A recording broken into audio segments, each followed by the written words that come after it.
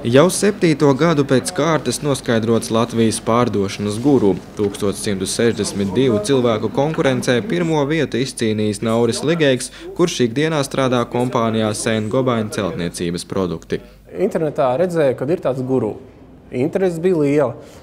Atvēru vaļā, sāku palēnām pildīt pirmo kārto, forši patikās, otrā kārtā patikās. Skatos, jau esmu finālā. Piesakoties dalībai konkursā, Ligeiks sākotnēji tikai vēlējies paskatīties, cik tālu konkursā var tikt, tomēr rezultātā ieguvis pirmo vietu. Kā skaidro konkursa ģenerālsponsora Nordea bankas pārstāve, pārdevējs ir kā savu veidu uzņēmuma vizītkarte.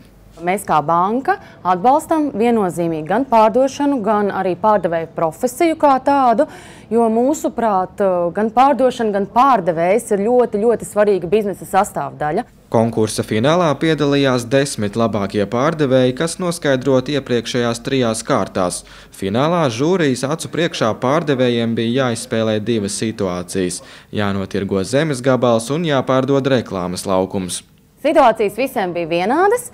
Aktieris, kurš spēlēja pretī klientu, arī centās, es pat teikšu, diezgan līdzīgi visās situācijās arī tā kā uzvesties. Nebija tā, ka kādu speciāli gāzi iekšā ar kaut kādiem neparedzētiem gājieniem. Žūrija 6 cilvēku sastāvā vērtēja, kā katram pārdevējam izdodas panākt to, ko viņš vēlas. Konkursantus mēs vērtējām pēc dažādiem kritērijiem, tātad to, cik viņi pārliecinoši runā, prezentē sevi, pēc tā, kā viņi izzina vajadzības, kā viņi uzklausa klientu.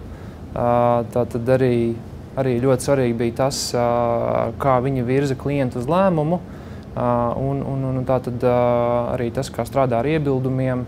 Svarīgi bijis arī, lai konkursanti izmanto netradicionālas metodes, mēģinot sasniegt savu mērķi, kas šajā krīzes laikā ir sevišķi svarīgi. Visaugstāk tika vērtēti tie finālisti, kuri spēja radoši un elastīgi reaģēt uz negaidītiem situācijas pavērsieniem. Kā skaidro konkursa organizatoru CV Online pārstāvis, šobrīd lielākoties uzņēmumiem pārdošanas rezultāti iet uz leju, tāpēc šogad atšķirībā no citiem gadiem atšķīrusies arī konkursantu uzvedība. Tas galvenais secinājums tāds, ka Latvijā ar pārdošanas cilvēkiem viss ir ok. Tas, kas šobrīd varbūt nedaudz pietrūkst, ir tas, ka pārdevējiem trūkst tās uguntiņas, tās zirgstelītes, un kas arī varētu būt nedaudz likumsakarīgi, jo šobrīd darbs pārdošanā nav tas pats vieglākais. Pirmās vietas ieguvējs saņēma Nordea Maestro norēķinu karti ar naudas balvu 500 latu vērtībā. Savukārt 2. un 3. vietas ieguvēji attiecīgi 300 un 200 latu naudas balvas.